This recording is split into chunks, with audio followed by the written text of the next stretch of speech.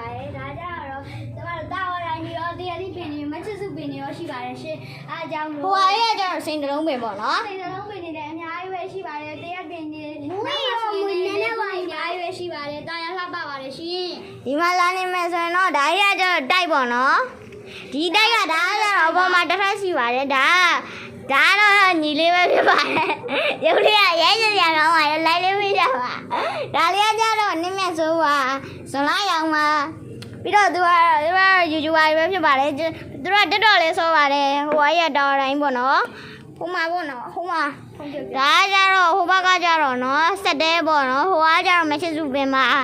ဟိုဘက်ကတော်တိုင်း